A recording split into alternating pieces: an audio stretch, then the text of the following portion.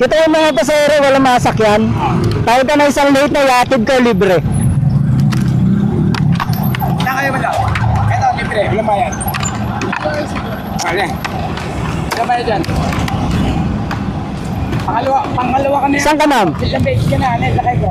Dito. Ito lang. Saan ka ba, ma'am? URC Libis? Sa may C5? Ano oras pasok mo, ma'am? Alas 9. Oh, malilate ka na. Oh, sige. Ano tatype, ma'am? Ano tatype sa Google Map? RRHI. RRHI? Tama ba ito? Ito ba tama? Ayan na yung nasa unahan ko. Ito? Ah, okay.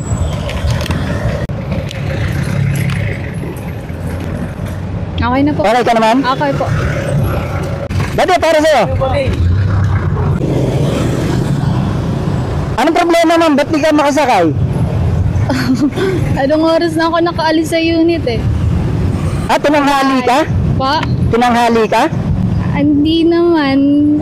Dapat mga 8:20 naka-alis na ako. Oh, ano nangyari? Medyo natagalan mag-asikaso. Matagalan ka sa? Oo, gasikaso.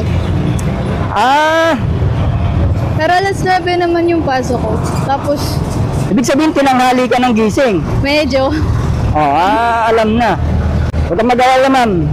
Gagawa natin ng paraan yan. Kanina ka pa ba rin sa sakayan? kakababa ko lang. Hindi ko naabutan yung jeep na Pakubaw. Ah, ibig sabihin na iwanan ka ng jeep na biyaheng Cubao. Opo. Ah, Puno na eh.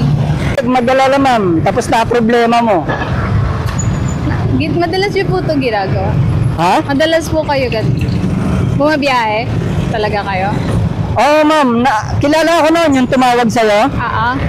Yung tumawag sa'yo yung lalaki. Opo. Barker ka yun. Yun ang tagatawag doon ng mga late na sa trabaho doon. Madami dun lagi. Punuan mga sakayan. Ayun ang dahilan kaya ako doon pumupwesto. Kasi kita mo ang dami nyo, di ba? Oo. Nagre-rescue ako rin ng mga pasahero na late na sa trabaho. Pagkatapos mo, babalik uli ako doon. Kasi marami pa na iwan. Nakita mo, di ba? Dami pa dun. Di nauubusan ng pasahero dun eh. Minsan wala pang jeep papuntang Cubao. May mga araw na ang konti ng Pakubaw. Ang totoo niyan, meron naman talagang jeep, ma'am. Hindi kasi makaikot kasi sa sobra traffic. Kita mo yan, Oo nga eh. Ano to kuya? Parang hobby mo lang. Ha? Hobby mo? Ang totoo niyan, ma'am. Rescue vlogger ako, ma'am. Rescue vlogger. Kaya pala. Nagre-rescue ako ng mga tao. Ayun, kagaya mo.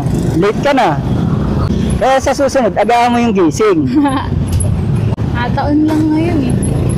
Medyo tagalan.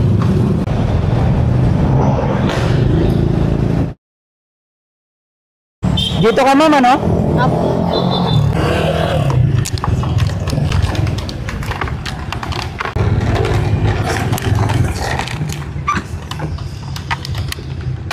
Yeah, salamat.